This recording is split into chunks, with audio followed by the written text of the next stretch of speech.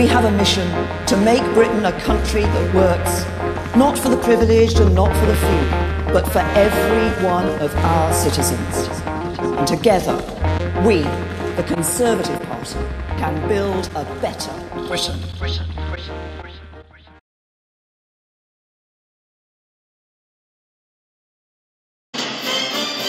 This is LBC from Global, leading Britain's conversation. Cross Question with Iain Dale.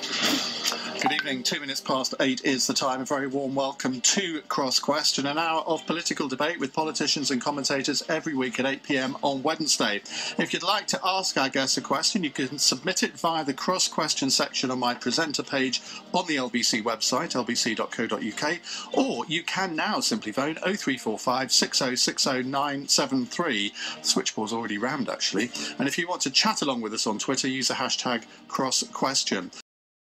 I'm going to finish off on a couple of texts because I've been bombarded with emails and texts over the course of the day, and these are all directed at you, Mel Stride, so brace yourself. This one says, can you ask Mel Stride if he knows he's destroying the lives of 100,000 normal, hard-working families with a retrospective tax going back 20 years? How can he live with himself?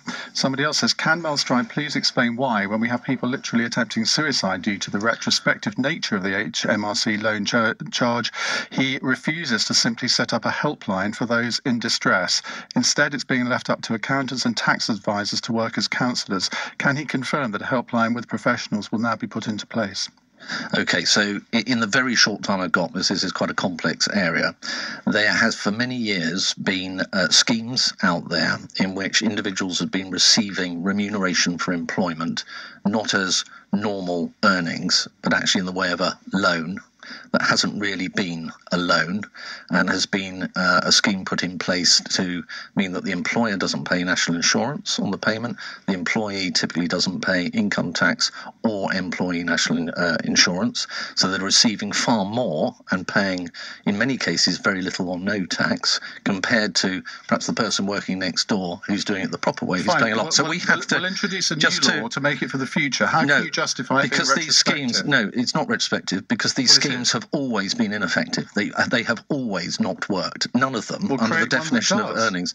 Well, no. How can you justify the schemes are not government schemes. People going back 20 years? Because if some time ago you entered into one of these disguised remuneration schemes where you're basically avoiding tax and it was illegal at that time, there is no reason why we should not now collect that money. And that's exactly what we're doing. In fact, these are people who are not accountants. These are people who are just normal, hard-working people. They don't know anything about tax avoidance schemes. But the thing for anybody who's involved in a tax avoidance scheme, and if you go and enter into an arrangement and you end up receiving your salary or the loan or whatever it may be, and you find that there's very little tax that's been applied to it, a lot of people would look at that and say that doesn't quite look right. Why aren't I paying the right amount of tax? And in many cases, it has been. Why didn't HMRC stop this in the past then? Why now? HMRC has what has happened is that HMRC has been clamping down on this for many, many years. What HMRC said in 2016 is we will give everybody 3 years to come to us, to talk to us, to enter into an arrangement whereby you clean this arrangement up. If it's a genuine loan and you pay it off, then that's fine. And people do that. They fill in the forms and then they never hear anything else. If it's not, then please pay the tax that you should have paid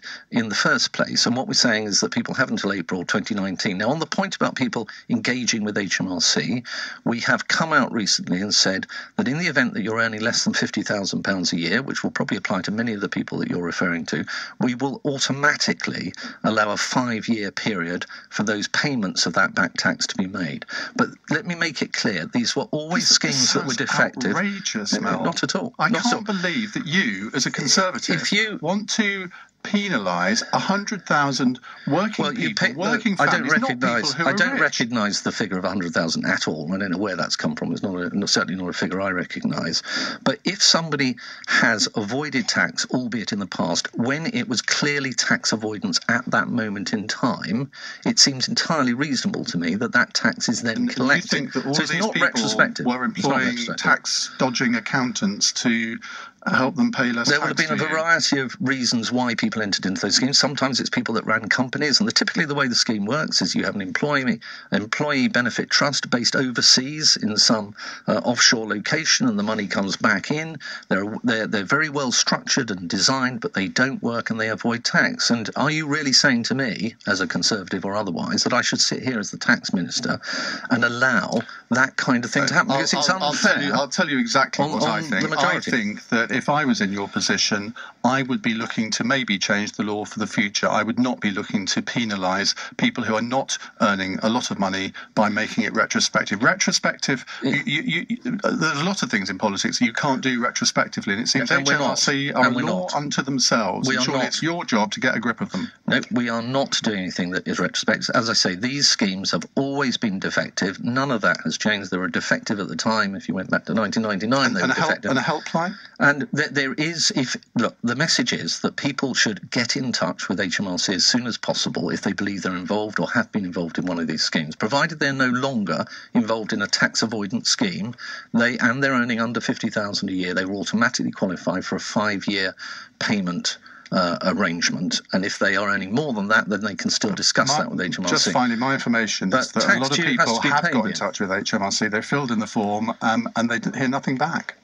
Well, I can't comment on people that I've not spoken to. Well, if you would just feed that back to HMRC, that would be. What I know is that HMRC and I, as a minister, are very sympathetic to being as helpful as we can, but we cannot get away from the fact that if tax was avoided, even if it happened in the past when it was clearly avoidance at that time, so this is not retrospective, then that tax ultimately should be paid, and that's only fair.